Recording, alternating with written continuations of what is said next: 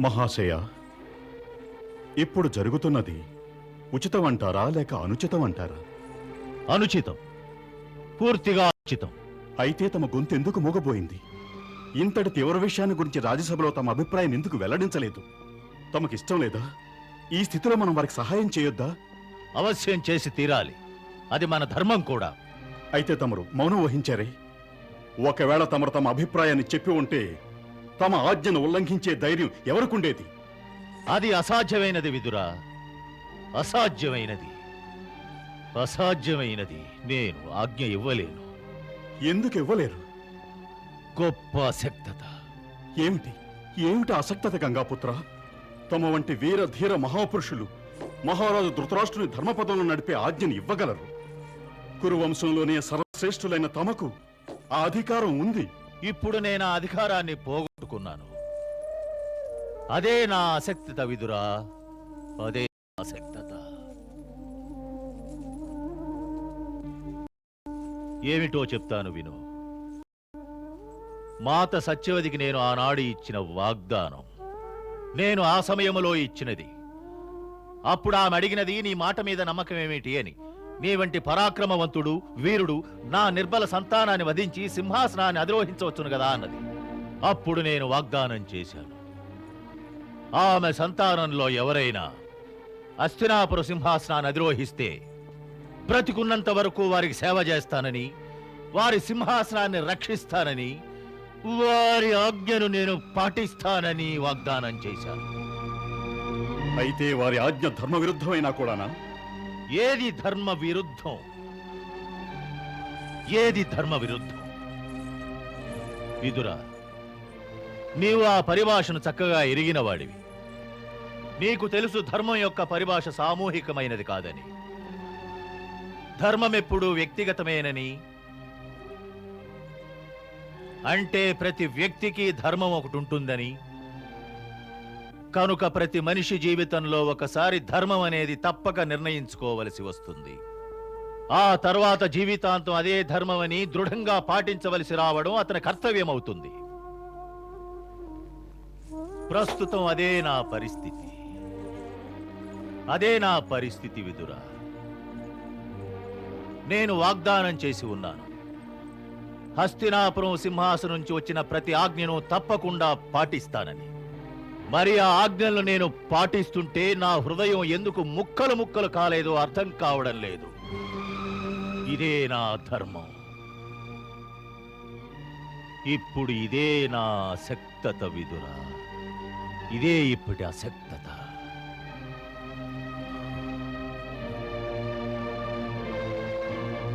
సరే, తమరు ఆజ్ఞ ఇవ్వలేరు.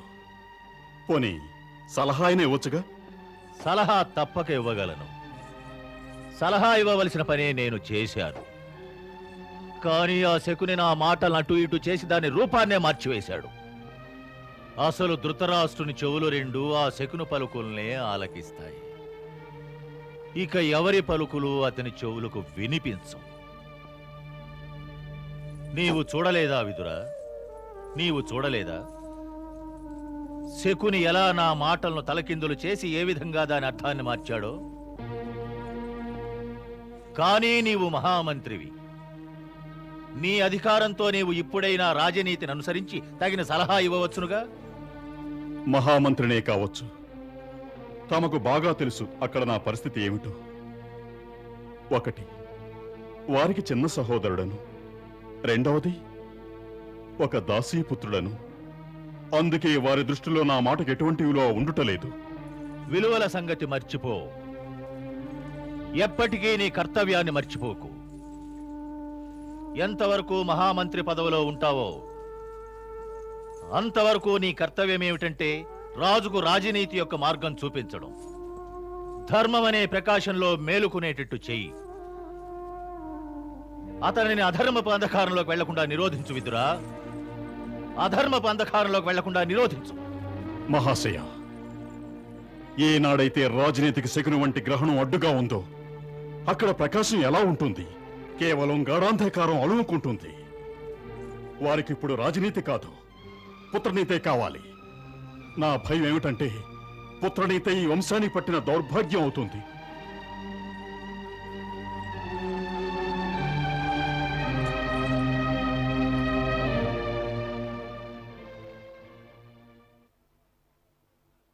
బావగారు, నేను తమతో వచిస్తున్న పలుకులు తమ మేలుకే. ఆ దాసీపుత్రుడు విదురుని మాటలు పట్టించుకోకండి. అతడు ఏ రాజనీతిని తమకు బోధిస్తున్నాడో అది ఎన్నటికీ తమకు మేలు చెయ్యదు. ఏమిటి, మనకు మేలు చెయ్యదా? జరాసంధుని విషయంలో మనం మధురవాసులకు సహాయం చెయ్యడమే న్యాయం. ఎందుకంటే జరాసంధుడు మధురను హస్తగతం చేసుకుంటే అతను సులభంగా హస్తినాపురాన్ని చేరుకోగలడు. లేదు శకుని, లేదు. అక్రూరుని మాటలు వాస్తవమే.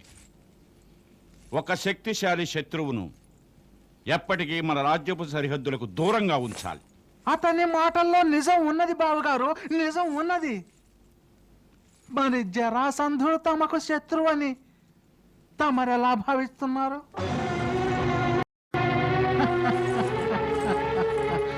బావగారు, తమకున్న మాటల్లోని అర్థం రుచించకపోవచ్చు. తమకు నేను చెప్పే మాటలు బాగా లోతుగా ఆలోచించి చెప్తున్నవి. ఇప్పుడు నేను ఒక రాబోయే దినం గురించి ఆలోచిస్తున్నాను. ఆ దినం కౌరవ వంశపు రాజకుమారులు పెద్దవారవుతారు. ఆ దినం తప్పక ఒక ప్రశ్న ఉదయిస్తుంది. తమ తదనంతరం ఈ రాజ్యానికి ఉత్తరాధికారి ఎవరా అని. అప్పుడు తమరు యువరాజు ఎవరిని నిర్ణయిస్తారు? ఎవరిని? చెప్పండి బావగారు, ఎవరిని ప్రకటిస్తారు? తమ పుత్రుడు దుర్యోధనున్నా లేక పాండుపుత్రుడు యుధిష్ఠిరున్నా? ఆ సమయంలో మధురలోని యాదవులు తమ కుంతీదేవి పుత్రునికి అధికారం ఇవ్వాలని ఎదురు తిరుగుతారు. నేననేది ఆ జరాసంధుని మధుర సర్వనాశనం అయితే అవనివ్వండి, అది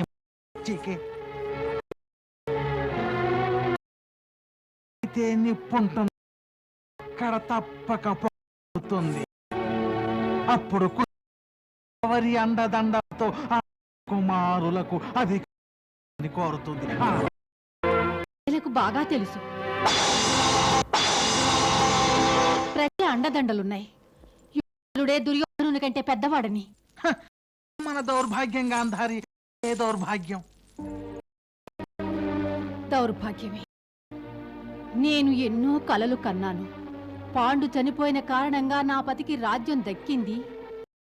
అలాగే మన వంశపు జ్యేష్ఠ రాజకుమారుడు నా గర్భానే జన్మించిన పెద్దవాడ కారణంగా ఈ రాజ్యానికి అతడు పట్టాభిషిక్తుడవుతాడనుకున్నాను.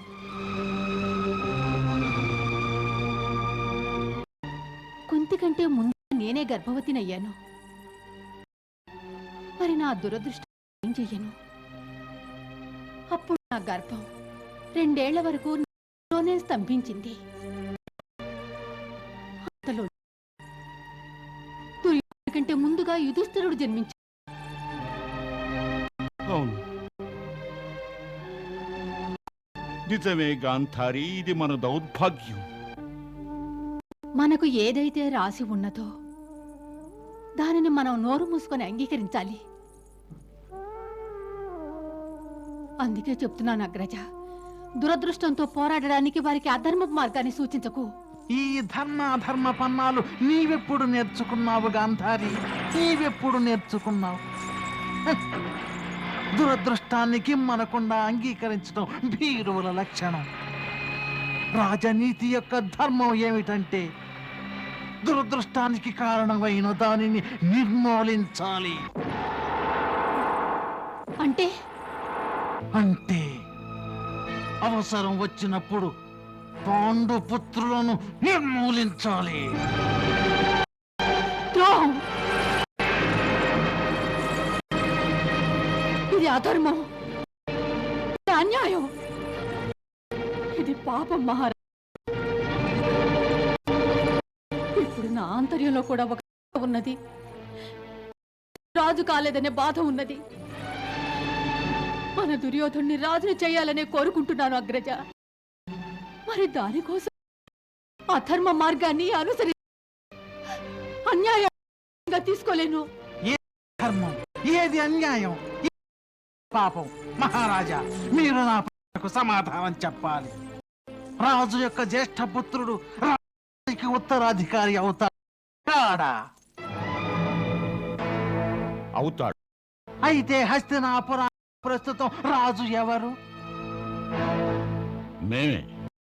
కానీ ఈ రాజ్యం తమ కోసం ఇవ్వబడింది. ఆ పాండు రాజు వారికి. మహారాజా, వారి మాతరం తమరే పరిపూర్ణంగా రాజయ్య. ఈ మాటకి తమరు కాదంటారా? అవును. ఆగు. ఈ సమయంలో ఎవరు? వారి పుత్రుడే అధికారి. శకుని, నీ యొక్క రెండు ఆశ ఇక్కడే ఉంటే దుర్యోధనుడు అవశ్యం యువరాజు కాగలడు. ఖచ్చితంగా ఉంటాను మహారాజా, ఖచ్చితంగా ఉంటాను. తమకు నేను మాట ఇస్తూ ఎప్పుడైతే ప్రియమైన మేనల్లుడు ఈ రాజ్య రాజు కాగలుగుతాడు అప్పటి వరకు మొహం చూడను. మరి ప్రజలు తిరుగుబాటు చేస్తేనో? అందుకే రాజనీతితో శత్రువుల శిరస్సు కూలుస్తా.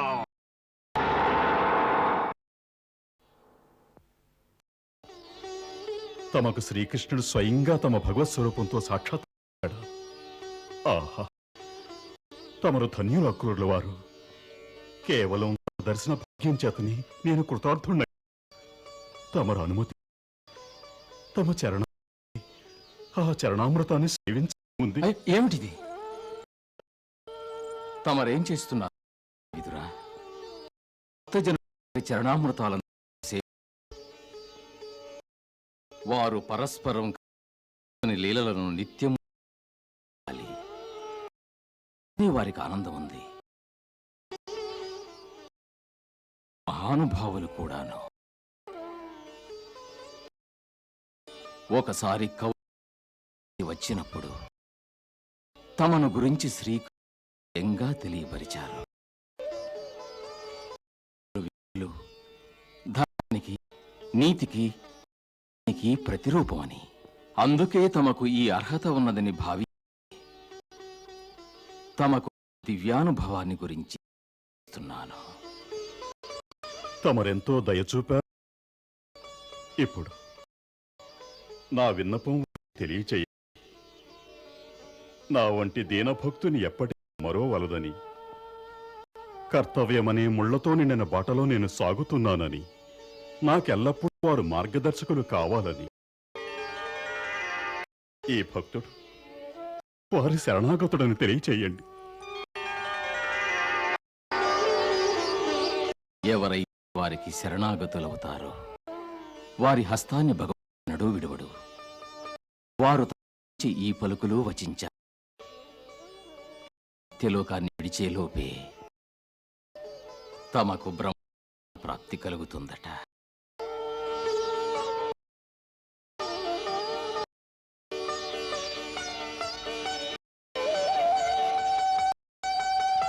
తమ ఈ దీనభక్తునిపై ఇంతటి దయా ప్రభు,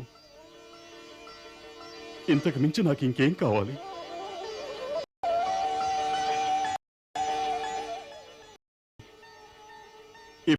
దర్శనాకాంక్షతో ఎదురు చూస్తూ ఉంటాను. చూద్దాం ఎప్పుడు దర్శనమిస్తారు.